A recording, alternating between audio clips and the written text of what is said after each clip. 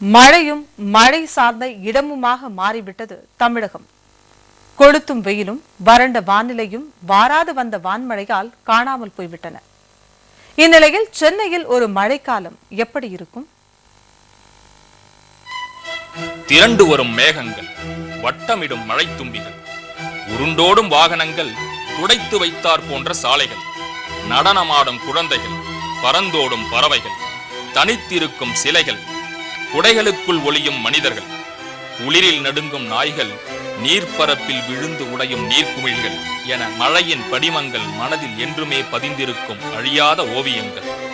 விண்ணுக்கும் மண்ணுக்கும் நீர் திவலைகளால் அமைக்கப்பட்ட பாலம், மண்ணுயிர்களுக்கு இயற்கை அளிக்கும் இலவச பரிசு.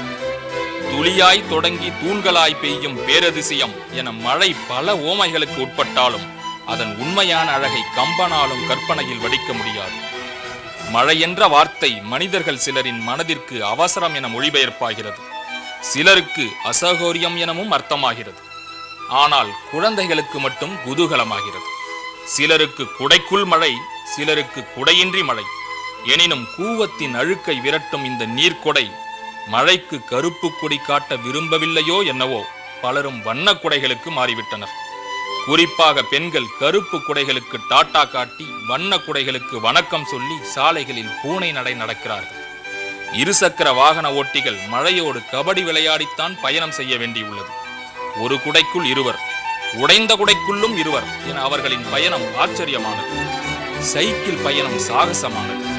ஒரு கையில் குடை, மறு கையில் சைக்கிள் என ஆளில்லாத சாலைகளில் பலருக்கும் சைக்கிள் பயணம் சாகச பயணம். ஓடி ஏறினாலும் மழைக்காலத்தில் மாநகர பேருந்து பயணம் சுகமானதுதான். அடாது மழை பெய்தாலும் விடாது அலைபேசியில் கதைக்கும் இவர்களுக்கு மழையொன்றும் பாதிப்பில்லை. காதலர்களுக்கு பாலைவனமும் சோலைவனம்தான். மழை தழுவும் மாலையில் கடற்கரையில் காலை பதித்து காதல் வளர்க்காவிடில் காதலர்கள் பிறவி பயனை அடைய முடியுமா? காற்றும் மழையும் குடையையும் உடையையும் பின்னோக்கி இழுத்தாலும் காதலை கவசமாக கொண்டு முன்னேறும் காதலர்கள் கடற்கரை சேர்ந்து காதல் வளர்க்க கடவதாக. மழை மட்டுமல்ல, மழைக்கு பிறகான பூமியும் ரம்மியமானதாகவும் ரகசியங்கள் பேசுவதாகவும் உள்ளது.